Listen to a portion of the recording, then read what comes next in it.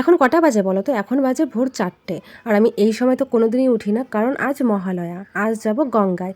দেখো আমাদের বাড়ির সামনেই গঙ্গা হয়ে গেছে। এই গঙ্গাটা পার করে তারপরে আমার বাজারে যেতে হবে। আর আমি যাচ্ছি কাদের সাথে বলো তো? হ্যাঁ, তোমরা কেউই জানো না, আমি যাচ্ছি আমার হবু শ্বশুর শাশুড়ি আর আমার হাজব্যান্ড, মানে আমার ফিয়ন্সি। তো তারাই আমাকে নিয়ে যাচ্ছে, আমি কোনোদিনও যাইনি। 5টার সময় এখানে একজন দাঁড়িয়েছিল, তাকে আমি পেছন থেকে বলছি যে তোমার পেছনে ভূত, মানে সে তো পুরো ভয় পেয়ে গেছে, মানে এত ভোরবেলায় তো মানে কেউ ওঠেই নি।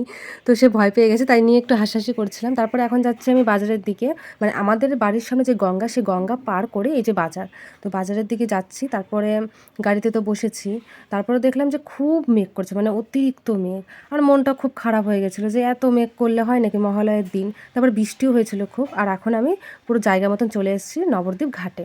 তো এখানে এসে তো মানে খুবই ভালো লাগছে, এত লোকজন, মানে ভীষণ ভালো লাগছে। কিন্তু একটু মনটা খারাপ লাগছে যে মহালয়ার দিন বৃষ্টি, তাহলে কি পুরো পুজোটাই বৃষ্টিতেই কাটাতে হবে, এই নিয়ে একটু মনটা খারাপ লাগছিলো। তারপরে দেখলাম এখানে খিচুড়ি দিচ্ছে, আর এখন বাজে 6টা। তো খিচুড়ি দিচ্ছে, আর আমার খিচুড়ি দেখলেই খিদে পেয়ে যায়। আর এত সকালে মানে খাইও নি কোনো দিনও, তবে খিচুড়ির সামনে ছিল, বেশ আমার খিদে পেয়ে গেছিলো।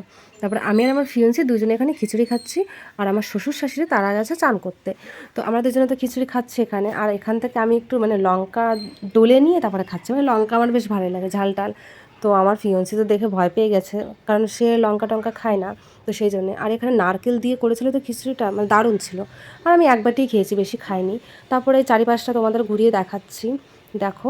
আর ওই যে যেই পাকা ইয়েটা, ওটা হচ্ছে বাথরুম। তো বাথরুমটাও বেশ সুন্দর ছিল। আর এই দেখো গঙ্গা ঘাট, মানে প্রচুর মানুষ। আমরা তো ভাবছিলাম যে কোথায় আমরা চান করব। তারপরে ওই সাইডে চান করেছিলাম, আর চান করার ভিডিওটা মানে তোলা হয়নি, কেই বা তুলবে, ফোনটা তো রেখেই আমাদের যেতে হয়েছে, তাই না? তারপরে এখানে সবাই আর কি জল টল নিচ্ছে এখান থেকে। রোদও উঠে গেছিলো আর বৃষ্টিও হয়নি। তারপরে এখানে আমরা একটু ঘোরাঘুরি করছিলাম দুজনে। তারপরে আমি বললাম যে তুমি ক্যামেরা ধরে দাও, আমি জল খাবো। তো সেই নিয়ে একটু হাসাহাসি করছিল, কারণ খিচুড়ি খাওয়ার পরে জল খায়নি, তাই জল খাচ্ছিলাম। আর এই জন্যই বলছে যে খিচুড়ি খাওয়ার পরে জল খাচ্ছ, ঠিক আছে, তাই বলে আবার ক্যামেরা ধরে দিতে হবে, মানে এই নিয়ে একটু হাসাহাসি করছিল। তারপরে আমার চান করা হয়ে গেছে, তোমরা দেখতেই পাচ্ছ যে আমার চান টান করা হয়ে গেছে। আর আমার না গঙ্গা থেকে একদমই উঠতে ইচ্ছা করছিল না, মানে এতটাই মজা লাগছিল। আর আমি জলে কিন্তু ভীষণই ভয় পাই, তবে আজকে আমার খুবই ভালো লেগেছে। খুব মানে আনন্দ করে মজা করে আমি চানটা করেছি, এতটা ভালো লেগেছে আমার।